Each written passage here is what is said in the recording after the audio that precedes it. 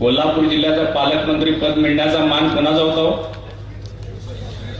5 वेळा निवडून येणाऱ्या माणसाचा का 1.5 वेळा निवडून आलेल्या माणसाचा? मुश्रीफ साहेबांना पालकमंत्री पद मिळू नये म्हणून त्यांनी काय काय खटाटोप केलं ते मला माहिती आहे. तुम्ही या गोष्टीचा वाचपा काढायची चांगली संधी आहे, त्याला हिसका दाखवला पाहिजे. तुम्हाला वाटते माडिक पाटील सुरू आहे, तसं नाही आहे. ते जे समोरचे माजी पालकमंत्री आहेत हे स्वार्थी आहे. हा व्यक्ती आत्मघातकी आहे, हा द्वेषी आहे. पहिल्यांदा असं समीकरण जिल्ह्यामध्ये झालेलं आहे. भाजपा, शिवसेना, राष्ट्रवादी, रासपा, मनसे हे सगळे एकत्र यापूर्वी कधीही जिल्ह्यामध्ये आले नव्हते. कागल तालुक्यातून 90% मतदान संजय दादांना पडायला काय हरकत नाही. स्पेशियस, लक्झुरियस, सगळं मिळेल अगदी मनासारखं. बटू बिल्डर्स यांचा नवीन गृहप्रकल्प गृहलक्ष्मी रचना. पहिल्यांदा असं समीकरण जिल्ह्यामध्ये झालेलं आहे. भाजपा, शिवसेना, राष्ट्रवादी, रासपा, मनसे हे सगळे एकत्र यापूर्वी कधीही जिल्ह्यामध्ये आले नव्हते आणि त्यामुळे एक अभूतपूर्व परिस्थिती निर्माण झालेली असल्यामुळं आपले उमेदवार प्रचंड मताधिक्याने निवडून येतील अशी परिस्थिती निर्माण झालेली आहे. परंतु निवडून येतील म्हणून आपल्याला अस्वस्थ आणि शांत बसून चालेल का? नाही चालणार. या तालुक्यामध्ये 4 गट, 4 गटापैकी 3 गट आपल्या सोबत आहेत आणि म्हणून मंडलिक साहेब स्वतः या तालुक्यातलेच आहेत. मुश्रीफ साहेब या निवडणुकीचे प्रमुख आहेत आणि समर्जित राजे आमचे भाजपाचे नेते ते सुद्धा या निवडणुकीमध्ये हिरिरीने सहभागी झालेले आहेत. आणि ही परिस्थिती जर बघितली तर कागल तालुक्यातून 90% मतदान संजय दादांना पडायला काय हरकत नाही असं मला वाटतं.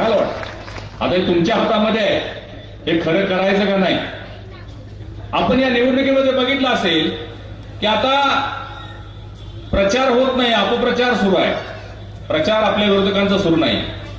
अपप्रचार, खालच्या पातळीवर टीका, वैयक्तिक टीका, निंदा, नालस्ती, चारित्र्य हनन, मंडलिक साहेबांच्या बद्दल वाईट गोष्टी ते आता सोशल मीडियाच्या माध्यमातून बोलणे, त्यांच्या चारित्र्यावर संशय घेणे, त्यांच्या दैनंदिन राहणीमानावर संशय घेणे, त्यांच्याबद्दल अपशब्द वापरणे.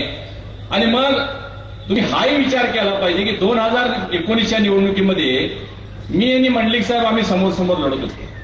त्यावेळी मंडलिक साहेबांचे प्रचार प्रमुख हे माजी पालकमंत्री होते. त्यांनी त्यांना समर्थन दिलं, ते निवडून आले आणि या 5 वर्षामध्ये मात्र पुरेपूर पिळून मंडलिक साहेबांचा निधी मात्र त्याचा वापर करण्याचं त्यांनी काम केलेलं आहे. निधीच्या बाबतीत मी बाकी तालुक्यांचं सांगत नाही, परंतु आमच्या दक्षिण मतदारसंघामध्ये जिथं अमल महाडिक साहेब आमचे माजी आमदार होते, ते आपले तिथले प्रमुख आहेत, त्या मतदारसंघामध्ये मंडलिक साहेबांनी आमच्या विरोधकांना 34 करोड रुपयाचा निधी दिला. आणि मंडलिक साहेब भाषणात सांगतायत की मी व्याजासकट तुमची परतफेड केलेली आहे. म्हणजे तुम्ही जी मला संधी दिली व्याजासकट परतफेड केली. गेल्या 5 वर्षामध्ये सगळ्या निवडणुका झाल्या. या सगळ्या निवडणुकांमध्ये सुद्धा ते मंडलिक साहेबांना आपल्यासोबत घेत गेले. कुठली निवडणूक, कुळ असू दे, बँक असू दे, काय अन्य काय असतील सगळं. आणि मला आपल्याला हेच सांगायचं आहे की ते जे समोरचे माजी पालकमंत्री आहेत हे स्वार्थी आहेत. तुम्ही बघा, जोपर्यंत मंडलिक साहेब त्यांच्यासोबत होते, अगदी उमेदवारी जाहीर व्हायच्या 15 दिवस आधीपर्यंत सुद्धा मंडलिक साहेबांनी दिलेल्या निधीचे ते विकास कामाचे उद्घाटन करतो. तोपर्यंत मंडलिक साहेब एकदम चांगले होते, एकदम कर्तबगार होते. ज्या दिवशी त्यांची इकडनं उमेदवारी जाहीर झाली त्या दिवशी मंडलिक साहेब निष्क्रिय झाले. लगेच निष्क्रिय म्हणायला सुरुवात केली. म्हणजे तुमच्या बरोबर आहे तवर सक्षम, तुमच्यापासून बाजूला गेले की लगेच निष्क्रिय. आणि मग चॅलेंज देणार, माझ्या समोर या, तुमच्या समोर या. हे यातून आपण कागलकरांनी काही शिकण्याची गरज आहे. आम्ही नेहमीच सांगत आलेलो आहे, माडिकांचं चालूच असते. तुम्हाला वाटते माडिक पाटील सुरू आहे, तसं नाही आहे.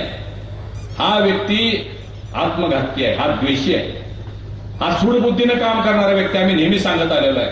तो आता बघा सूडबुद्धीनं कसं वापर. आणि याची अनेक उदाहरणं आहेत, मी आता त्यात बोलून वेळ घालवणार नाही. परंतु एक कागलकरांच्यासाठी महत्वाचा मुद्दा आहे, तो सांगणार आहे. 2019 साली महायुतीची सत्ता देशामध्ये येईल अशी परिस्थिती निर्माण झाली. विधानसभेला शिवसेना भाजप एकत्र होते, आमदार निवडून आले आणि उद्धव साहेबांनी वेगळा निर्णय घेतला आणि ते महाविकास आघाडी सोबत गेले आणि त्यांनी सत्ता स्थापन केली. कोल्हापूर जिल्ह्याचं पालकमंत्री पद मिळण्याचा मान कोणाचा होता हो?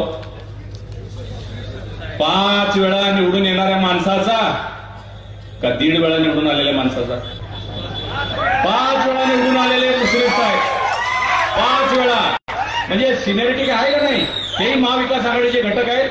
महाविकास आघाडीतले प्रमुख घटक, प्रमुख भाऊ म्हणून राष्ट्रवादी त्या पक्षामध्ये, त्या संघटनेमध्ये, त्या महाविकास आघाडीमध्ये असताना मुश्रीफ साहेबांना पालकमंत्री पद मिळू नये म्हणून त्यांनी काय काय खटाटोप केलं ते मला माहिती आहे.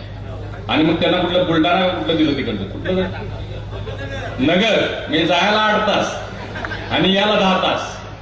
आणि ते मात्र राज्यमंत्रीपद असून सुद्धा, मुश्रीफ साहेबांना कॅबिनेट पद असून सुद्धा मुश्रीफ साहेबांना नगरला जावं लागलं. आणि ते राज्यमंत्री असताना सुद्धा मुश्रीफ साहेबांच्या तोंडचा घास काढून ते कोल्हापूर जिल्ह्याचे पालकमंत्री झाले. बरोबर आहे का चूक आहे? बरोबर आहे का चूक आहे? मग ह्याचा आता वचपा काढायचा आहे बघा. माझं काही इथं मतदान नाही, तुम्ही सगळे कागल कराय. तुम्ही या गोष्टीचा वचपा काढायची चांगली संधी आहे, त्याला हिसका दाखवला पाहिजे. अशाच नवनवीन